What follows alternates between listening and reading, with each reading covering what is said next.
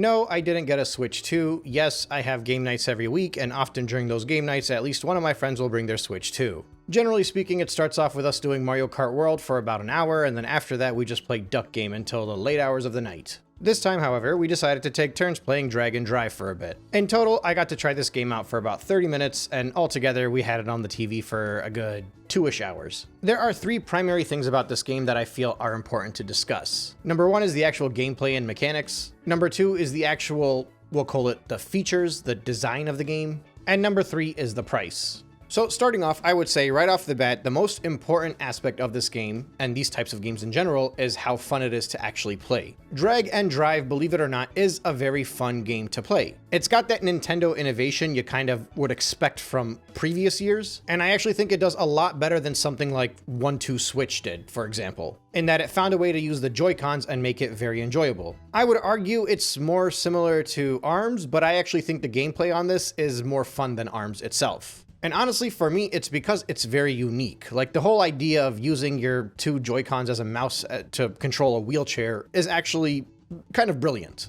And I could be mistaken, but I don't think I've seen anything this innovative and this cool from Nintendo since probably Ring Fit Adventure. And honestly, I feel like we need more of this kind of stuff with Nintendo in general. Some cool and innovative control scheme that shows off the tech of the device and gives it a fun semi-competitive environment to boot. Most of you already know this by now. You slide your Joy-Cons on the table. If you slide both hands, it rolls both wheels. If you slide one hand, it'll turn in the opposite direction and vice versa. And then to take a shot, you put your arms in the air, you fling it upwards, and it shoots a basket. Now, I think this control scheme works very well. I think the idea of picking up and playing it works very well. It might take a few tries to kind of get used to it, but the more you play it, the more fun it gets. But that's only in the context of how it feels to actually control the game. Because there are multiple facets to a game, right? It's not just how you control and whether or not it's fun to move around. Like, they could have done this Drag and Drive as a racing simulator where you're just sliding your Joy-Cons and racing against your friends, and it would be the same concept. But instead, they implemented it into a 3v3 basketball type game that's more similar to something like Rocket League, for example. Now, I paid $20 for Rocket League back when it first got on the Nintendo Switch. Prior to that, I didn't have a strong PC, I didn't have any other consoles, so there was no way for me to play Rocket League, but it was a game that I always had my eye on because it looked very fun. Naturally, when I jumped in, I was horrible because a lot of people had been playing it for years, but I enjoyed every second of it, and I felt like it was a complete title. You'd win some games, you'd lose some games, you unlock some more skins. Like, it wasn't that big of a deal, it was bare bones, but there was a lot to the actual mechanics of the game, and I can tell based off of the skill level of the players around me. But when I bought Rocket League, it didn't feel like I was buying an inferior title. It felt like I was buying an indie title. I played it pretty regularly for a year or two. Oftentimes on game nights, we'd jump online with 3 people and go against 3 others, or sometimes I would just play by myself. I didn't get amazing at it or anything, but I was good enough where I definitely was one of the average players on the team. And then actually, once I got my Series X, one of the first things I did was download Rocket League so I can play it on there, and it just opened up a whole new level of competition because I was not playing cross-platform on the Switch. In any case, my point is I really liked Rocket League. And despite the fact that it's free to play now, when I spent $20 on it, I didn't feel like I got ripped off, and I felt like it was a price fit for what I was getting. In comparison, Drag and Drive feels very bare bones. Now, admittedly, this is just a demo. I don't know what they plan on adding onto the game later, but I can't imagine it's going to be too different than what they just offered people this weekend. Now, again, I don't know if this is just because it's a new game, but the difference is when I played Rocket League, I remember seeing players that were very good, and it kind of gave me an idea of what I can eventually move towards. While playing Drag and Drive, I feel like I got the full experience right off the bat. You get the ball, and you just bum rush towards the other goal, and you shoot. You could go off the half pipes on the side, do some tricks, dunk the ball, wave your hands in the air like you just don't care. But at a baseline level, the game actually felt very shallow. And you don't notice it immediately because in the beginning when you're playing it, you're so focused on the actual mechanics of how to move and you're like, hey, this is pretty fun. But I think because it's such a unique and complicated type of movement style, there's less room for them to really experiment with the actual mechanics of the game itself when it comes to tactics. Which is problematic because the game visually already looks very empty, very bare bones, very uninspired in a lot of ways. That's the visuals. But then once you get into the actual gameplay and you figure out how to move around, you're kind of like,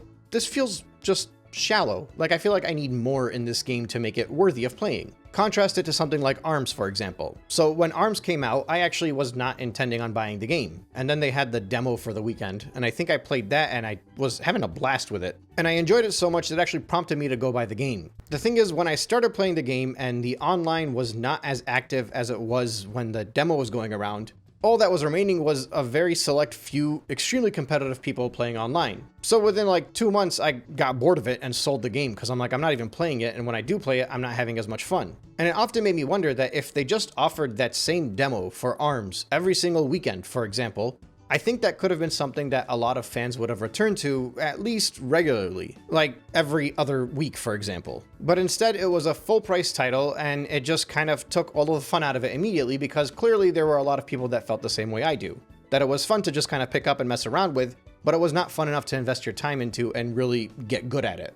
I'm getting that same feeling with this title, except it's much worse because ARMS was actually a complete title. Like, sure, I didn't enjoy ARMS as a $60 title, but I think there were many people that felt it was worth their money. Now, obviously, this game's only 20 bucks. And on the surface, it might seem like it's cheap, so it's worth it. But I don't think this is going to be a $20 game that people continue to revisit. I feel like they might buy it because there's really nothing else available right now to buy, or not much at least. But if the online for Mario Kart World slowed down already, I can only imagine how much quicker the online for Drag and Drive will slow down. And it kind of stinks because I feel like they were headed in the right direction when they started making this game, but somewhere along the line, they were just kind of putting a cap on the budget and decided it was going to be a mobile game at best. Like, okay, if you compare this to something like Welcome Tour, for example. Welcome Tour is a $10 title. I haven't played it, I've seen some videos about it, and I've just kind of read people's reactions to it. Welcome Tour feels like a more fleshed out experience than Drag and Drive does. And I thought that Welcome Tour should have been included with the Switch for free. Primarily because it's a tech demo. It's a manual that teaches you about the ins and outs of the Switch 2.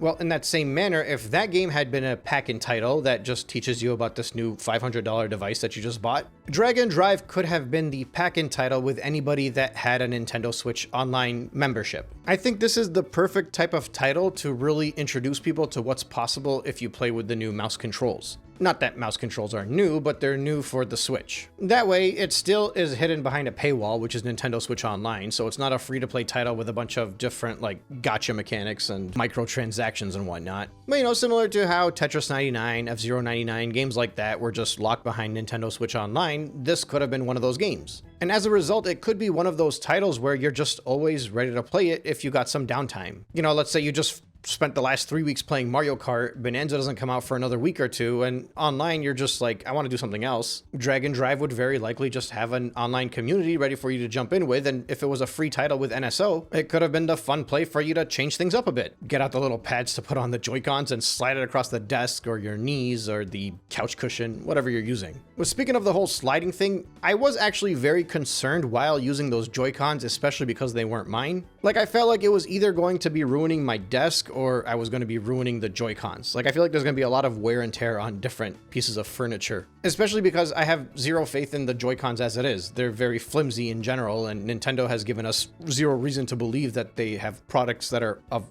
quality that don't just collapse anymore. So while I was using them, I felt like I kind of had to hold back a bit to make sure I don't crack anything or break anything with all the excessive sliding across the desk. And then I saw some people post pictures online of like the discoloration on their Joy-Cons because they slid on their knees and whatnot. It's obviously not a Nintendo defect, but it is something to be considerate of while you're playing with these games. Now, the only other time I've actually used the Joy-Cons for mouse controls was with Fortnite. And again, that happened, I think, on launch weekend or the weekend after it. We tried out Fortnite just for a little bit, just to see how it feels with the mouse controls. And I remember thinking it was just like the worst way to experience Fortnite. It wasn't just that it was uncomfortable, it was like the acceleration when you slid the mouse just moved too hard and sensitivity couldn't fix it for some reason. Thankfully, while playing this game, I didn't feel that at all. It just felt kind of natural in many ways.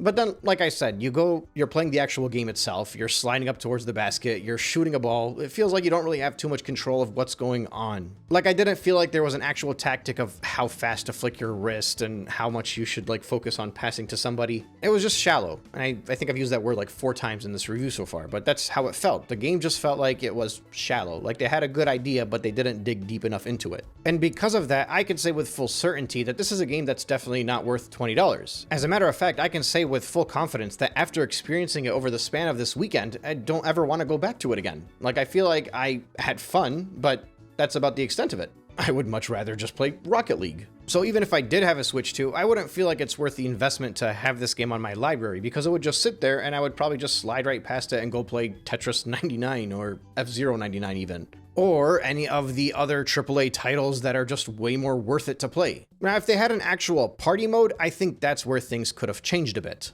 And actually, on that note, if they had made this game more similar to like a Wii Sports type of compilation, where this basketball thing was one of the game modes, at that point, I think you can argue that a $20 price tag would have been justified. So for example, they could have had this basketball game. They could have done some kind of racing minigame. They could have done like a kayak thing where you use the Joy-Cons for it. It didn't all have to be mouse controls. Like, this could have been a tech demo for the Joy-Cons themselves. And you only need like 5 or 6 games. You need local multiplayer up to 4 players, and you need online, and I think that would have been a phenomenal game to start off with the Switch 2. Even at $20, I think at that point it would be worth it for a lot of people if they had bought the Switch 2 and looking for something to play that really allows them to test out the console more than just Mario Kart. And it's kind of unfortunate because I feel like with this type of innovation that they're putting into the title, it deserves more. Like, if you're going to be advertising these mouse controls for this game and it's going to be like the new way to play and everything, you know, you had the Mario Party Jamboree minigames, that was okay. But those locked minigames are locked behind an $80 price tag.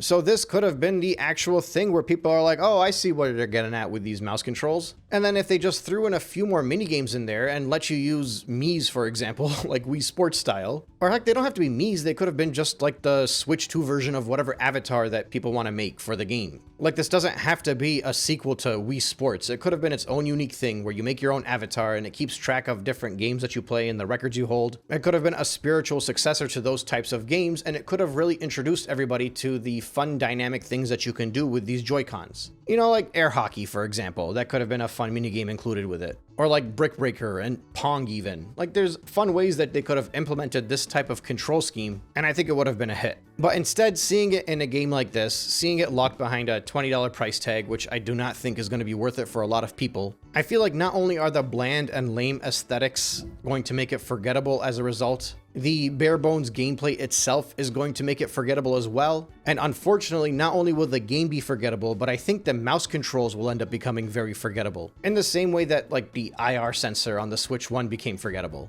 And I mean, that could be fine. The OG Switch had some phenomenal games that worked just regularly holding a controller and didn't require any kind of gimmick or innovation. So it's not like the Switch 2 would be pointless if it didn't have mouse controls in every title. But I don't know, I feel like if this was just a part of a Wii Sports type of game and it was a compilation that a lot of people got their hands on and really enjoyed it, there's a good chance we might have seen some fun games that build off of this concept. But instead, this just seems like a one and done, but not even a one and done where it's like you buy the game once and you're done with it. I think it's a one and done in that this past weekend is probably the most active this game is going to be. And believe it or not, I would actually like to be proven wrong on this. I would love if everybody that had a Nintendo Switch 2 decided to play this game and it becomes the most played game on the console. And it would get people's heads turning, and like first party games are like, oh, hang on a second, they like that, what can we do to build off of it? And third party developers are like, how come they can get away with it and our games are not getting sold on the Switch because we're third party, haha. I just feel like it would be a very cool way for like this innovation angle to come back into Nintendo, and maybe they'd be able to grow off of it. But let's be real, it's very naive. If they saw that everybody was buying it, they'd be like, oh yeah, we did a great job, everybody just keep buying it and keep playing it. And honestly, I think I'm also being naive in assuming that this many people would actually be interested in the game. Funnily enough, I think most of the people that would be interested in this game are people that are not buying a Switch 2 as it is, because they feel like Nintendo is just not doing the Nintendo thing properly. But based off of the very mixed reactions I've seen from people online, it might get some kind of a cult following.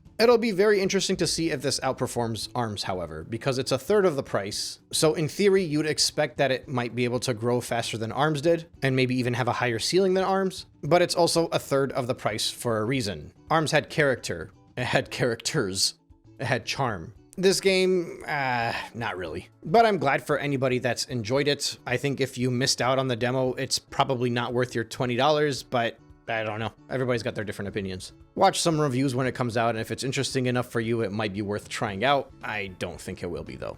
In any case, that's all I got for today. Thank you so much for listening, and I will catch you on the next one.